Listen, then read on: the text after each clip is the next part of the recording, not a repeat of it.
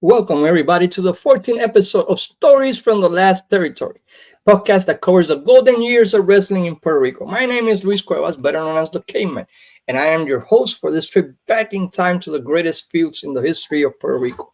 If you like what you hear and see, please subscribe to YouTube right here in the link down here, or in audio if you like what you listen, and Spotify as Stories from the Last Territories. Today is going to be a special episode, an episode that I always wanted to do, especially because I have the utmost respect for the person that we're going to be talking about, which is the great legend Miguel Perez Padre, who was finally, after many years, finally made it to the Observer Hall of Fame, and who hopefully pretty soon will make it to the WWF Hall of Fame, where he deserves to be in after all these years and after everything that he did as a wrestler. So we're going to be talking a little bit about his career, but also about his last ride, the last ride of Miguel Perez Padre as a main eventer. His short but pretty cool feud against the Sheepherders and Carlos Colon in late 1985. As I had mentioned, I have the utmost respect for Miguel Perez Padre. He was our first superstar wrestling.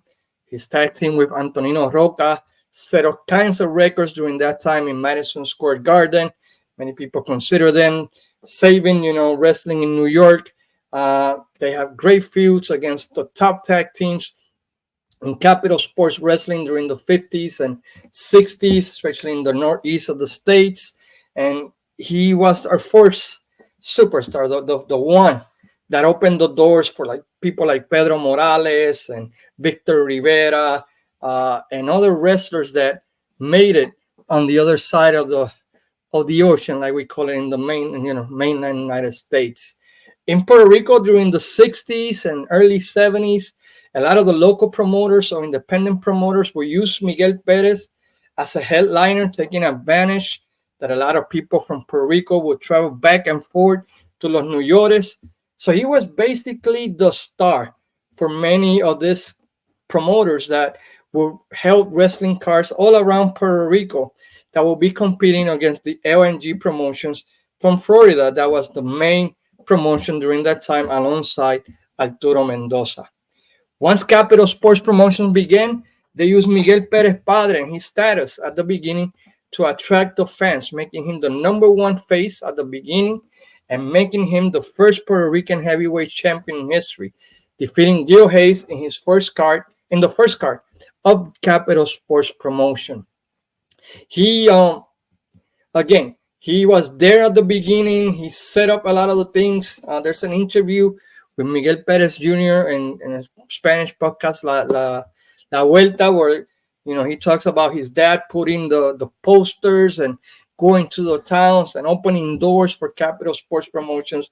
So because he wanted also like Carlos Colon and Gorilla Monsoon and Victor Jovica to have their own promotion in Puerto Rico, that it would be successful. And he did all the dirty work. He did the groundwork alongside the Carlos Colon and Victor Jovicas of their days during that time, trying to make sure that Capital Sports Promotions started on the right foot. He held the title in a couple of occasions, exchanging the title against the likes of Dr. Claudine, Mr. Spoiler 2, also against I forgot, Touch Togo, and finally losing it for the last time against none other than Huracan Castillo Padre. In that first couple of years, he helped Capital Sports Promotions held steady until they were able to establish some of the stars that led to the glory years. The Carlos Colon, the Jose Riveras of the world, the Invaders, the Martels, and many more that came after him that were basically unknown in the island. And thanks to Miguel Perez and his status and his name, they were able to become the new established stars that carry Puerto Rico to the glory years of Puerto Rico. He passed the torch to Carlos Colon for him to become the number one baby face. And I believe he has never been given enough credit for being that rock that held the company until it was established. To be the star, the name, into the other ones were able to establish themselves. I think he doesn't get a lot of credit for that, and I felt that it should be he should be more remembered for all his contributions to the beginning of Capital Sports Promotion that he's been given. After that initial run, I even gained more respect for Miguel Perez Padre as I became older. When I was younger, I really didn't understand how, this great legend, as they would say in TV, will be putting guys over. In 1982 to 1984, he will be putting new stars over left and right. But as I grew older and understood the business, my levels of respect went 20 times higher, because here's this guy who had headlined Madison Square Garden, some of the biggest arenas in the world, and he's putting guys over because he wanted to create newer stars. And sadly, that's a message that has been lost in translation for the newer stars, for the legends of the modern day wrestling in Puerto Rico, where we haven't had really a star in the last 20 years. And most of it is because those legends have not put over the new talent in a way that continues the lineage for Puerto Rico wrestling to succeed. So I see Miguel Perez Padre doing all that for 2.5 years, man. And it's just my levels of respect just goes up because he did it the right way. He made sure that there was a star after him, and he continued to help create stars along the years. He might have his pride, I am pretty sure, and his ego, but he did what was best for business. And I think that's also another thing that doesn't get rewarded enough in Puerto Rico. His son was, in 1984, his son was starting to train for wrestling, and he and his son went to wrestle in the Dominican Republic, so that Miguelito Perez could get a solid base, so he could get, green the green stuff out, so he could be ready to return to Puerto Rico as a star. He continued to manage in a way. He was the official manager of wrestlers like Mighty Eagle. Even Mighty Eagle won the Puerto Rico title like he did under his leadership, and he will be the talking piece for none other than Mighty Eagle and some other wrestlers. And so he was the old wrestler now training his son and also managing around, and that helped Capital continue to grow. His son was starting to wrestle, like we mentioned, the Dominican Republic, and they set up an angle where Miguel Perez Padre will start taking pictures of wrestlers, especially Eric Embry, to make sure that, to help his son train. Into Eric Embry got mad and started attacking Miguel Perez Padre. That set up a match of Miguelito Perez Jr. against none other than Eric Embry in Aniversario 85. That led, to what was the last ride for him as a main eventer. But before we get there, it'll be good to talk about the other part of this feud, which was none other than the Sheepherders. The Sheepherders have come to the island from Southwest Championship Wrestling from Joe Blanchard in late 84, early 85. They have been successful over there. They had come to the island also at the beginning of the 80s, 1980, 81, something like that. And they had a great run. They came back in 85 and they just took the island by storm. They won everything that was possible to win. They have feuds against other great tag teams of Puerto Rico during that time. They also hurt a lot of wrestlers, Invader 1, Invader 3. They hurt everything. I mean, they just ran roughshod over everybody. They just beat the crap out of every team. They were the dominant tag team in 1985 in Puerto Rico. They have an unbelievable feud against the Invaders that we're going to be talking about in a later podcast. It deserves their own episode. But so they had, just finished anniversary, and Miguelito Perez was becoming that great star that we all know about. So they set up a match in the TV tapings where Carlos Colon and Miguelito Perez were going to challenge none other than the Sheepherders for the World Tag Team titles in Rio Piedras. And that match, when Miguelito Perez was the inexperienced wrestler. The Sheepherders will attack him. Carlos Colon will come in for the save, and so and so. And into finally, the baby faces win the tag team titles, and the pop was immense. People were happy. Babies were being thrown in the air. People were, drinking, and there was going to be a party in Rio Piedras that night after the Sheepherders lost the tag team titles. But it was a short-lived celebration. As they were celebrating, the Sheepherders attacked Carlos Colon with a loaded glove. They busted him open. They left him for dead, and they start attacking Miguelito Perez. The father comes into the ring. He also gets attacked. And then finally, Vikingo, who was the manager of the Sheepherders during that time, comes into the ring and helps Bush Miller and Luke Williams to attack Miguel Perez. They hold him down, but one of them puts the loaded glove in his hand and just jump and hits Miguelito Perez right in the middle of the back. Miguelito Perez doesn't move. He falls down and he doesn't move at all. It looked like he hurt his back. All the baby faces came in. It was chaos. People were worrying about Miguelito Perez because he would not move. They had to bring, and the announcers did a hell of a job too. Joaquin Padinho and Hugo Sabinovich, they were saying, we're going to bring a special stretcher to move him. He just started his career. Poor Miguelito Perez. Look at his dad. His dad was crying. He just looked like, oh my God, we didn't know if Miguelito Perez was going to be able to wrestle again. And they took him out on the stretcher. They show on the TV when they're putting him in the stretcher. And then Miguel Perez Padre, as a father would do, and this is what made the field so awesome.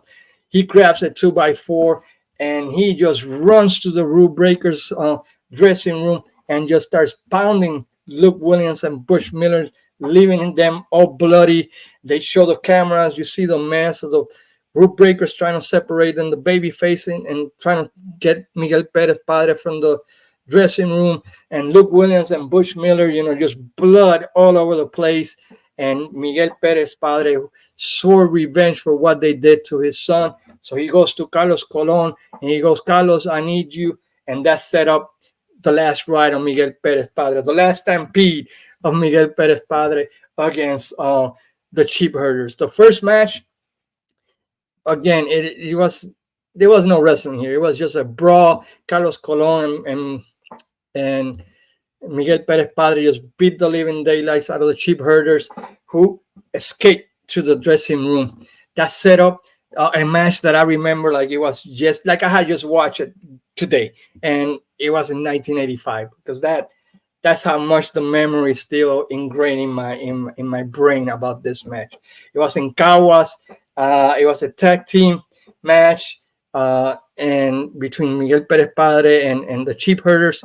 In that match, Carlos Colon and Miguel Perez Padre come out to the ring first. They start talking, and they kind of fist each other, kind of deal, like, hey, I got you. And Miguel Perez with the 2x4 goes under the ring, and Carlos Colon is just standing there in the ring by himself. The Sheepherders come out with El Vikingo. They look around, they see that Carlos Colon is by himself, and they're like, what? So they just jump the ring, and they're going crazy on Carlos Colon. When out of the ring comes Miguel Perez Padre with the 2x4, and he's swinging like, man, he's Aaron Judge, bro. He just starts whooping Luke Williams and Bush Miller and Vikingo, and all three are just flying everywhere. They left them a bloody mess. Carlos Colon grabs and they just ran all over the stadium in Caguas. The fans were like, they wanted blood. They wanted to kill. They want the Sheepherders dead. And the Sheepherders don't know what to do, and this and that. And they're just going into, finally they can't take no more, and they escape to the dressing room.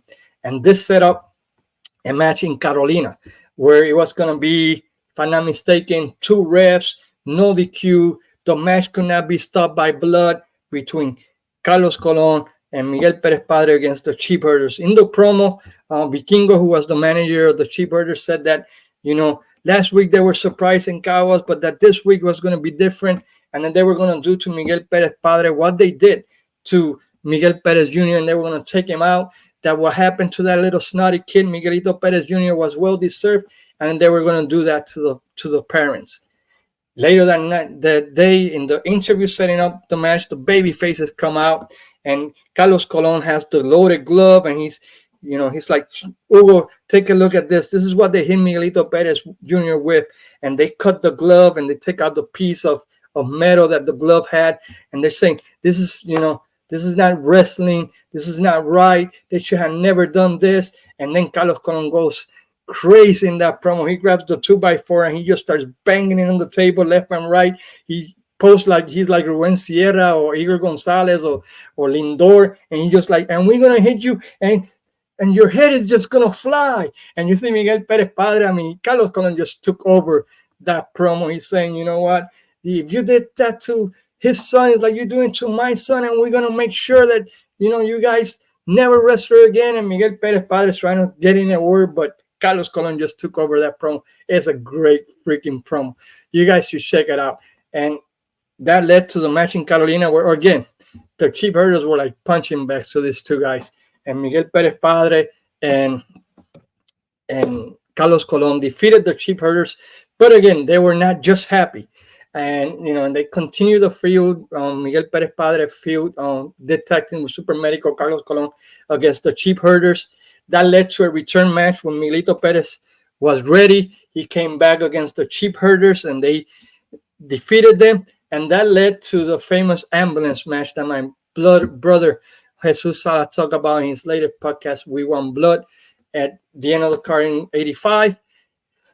And they between Miguel Perez Padre, between Miguelito Perez, Carlos Colon, Invader, they acted more rule breakers than the Sheepherders. And between those four, they just beat the living daylights out of the Sheepherders, making sure that what they did, and that was the payoff. And, and that was great, and it was awesome.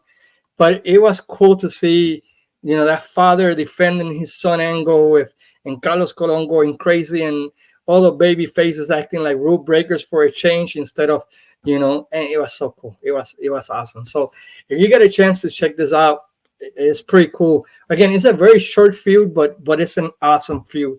And it was just cool. There's wrestling when it's done right is beautiful, in my opinion. Miguel Perez continued being a manager to Mighty Igor. He continued being with his son and then at the end of his career, when Capital Sports Promotions were having financial problems, when they were having people leaving the company to go to the AWF that we were going to talk about in another promotion, they set up this angle between El Profe and Miguel Perez Padre that kind of helped the houses again in a very bad time for Capital Sports Promotion. And he doesn't get enough credit for that. Same with the Profe, who was the MVP of Capital Sports between 91 and 92. And I would die in that hill. But anyway, so in TV, Profe start talking about that Miguel Perez Padre was born alongside Christopher Columbus when he discovered the island, that he said hi to him when he came, that, that he has a hairpiece, that, he was too old, that, Miguel Perez, he just every week was just stretching Miguel Perez Padre, saying that he was old, that he had a hairpiece, that if you were old and wanted to look like Miguel Perez Padre, just get a hairpiece like him and you will look young again. So this started offending Miguel Perez Padre, who could not take it no more and just went after El Profe. In a tag team match, and in a singles match, Miguel Perez Jr. is facing Fidel Sierra. In that match, Profe interferes, and that brings Miguel Perez Padre to the ring and to defend his son against the 2-on-1. The Rule Breakers both attacked Miguel Perez Padre, and that set up a tag team match between Miguelito Perez against Fidel Sierra and El Profe. El Profe, just continues to trash him on TV while they show video clips of Carlos Colon and Miguel Perez training with Miguel Perez Padre, who, he said, I've been retired, not in condition. So you see them training with him and showing training the ring and running and doing all kind of weightlifting, just making sure that Miguel Perez Padre was ready for El Profe. And the other announcer, who was the worst announcer ever that we had in Capital after Hugo left, was telling, Profe, tonight you're going to get yours, and Profe's like, please, come on, man. That guy is too old. He cannot lace on my boots. And the match happened, and of course, the Perez won, but that led to eventually a mask against hair match between El Profe and Miguel Perez Padre that helped the attendance in Capitol during a very, very bad time that they were going through. And Miguel Perez Padre defeated the Profe, taking out the mask of El Profe. And it was a pretty cool little match. And after that, well, there were differences of opinion. What a surprise between Miguel Perez Padre and the Capitol. Miguel Perez thought that it was time for Carlos Colon to pass the torch. Carlos Colon didn't think so, and that led to a split. And then Miguel Perez Padre became a successful part of IWA Puerto Rico alongside Victor Quiñones, alongside Savio Vega, alongside Miguel Perez Jr. in being competition for Capitol Sports Promotion. And then, well, he sadly passed away. But those two feuds that he had in the 80s against the Sheepherders and against Profe, they were great. They were good stuff. It kind of showed people what a great man he was, what a great professional he was, and what he should get more credit that he's been getting throughout the years. So I always wanted to do a podcast in English or Spanish or in Chinese or whatever to talk about Miguel Perez Padre and what he represented for wrestling in Puerto Rico. And I just feel that he doesn't deserve, that he doesn't get enough credit like he should.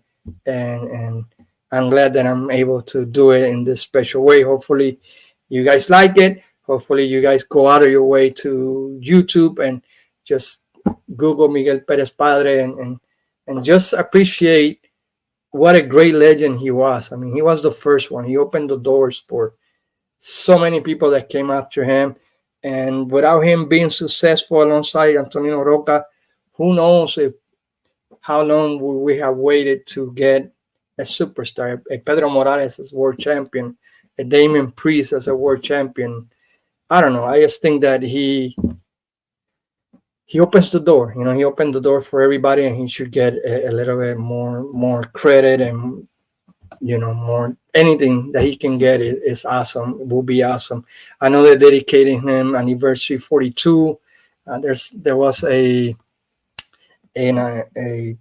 competition, a card dedicated to him. But I think every now and then wrestling companies in Puerto Rico should dedicate 10 or 15 minutes a year just to talk about Miguel Perez Padre and the legacy that he had and everything. I don't know. It's just my sincere opinion, my humble opinion. So hopefully you guys enjoy this look at Miguel Perez Padre and his run against the Sheepherders and against Profe in a short way. And next week, I'm not sure if we're going to have an episode. I'm leaving to Cleveland this Thursday for SummerSlam. So I'm going to be in Cleveland. I'm going to be covering SummerSlam for my wrestling page, Wrestling Dumb. And also going to be taping some stuff for the page.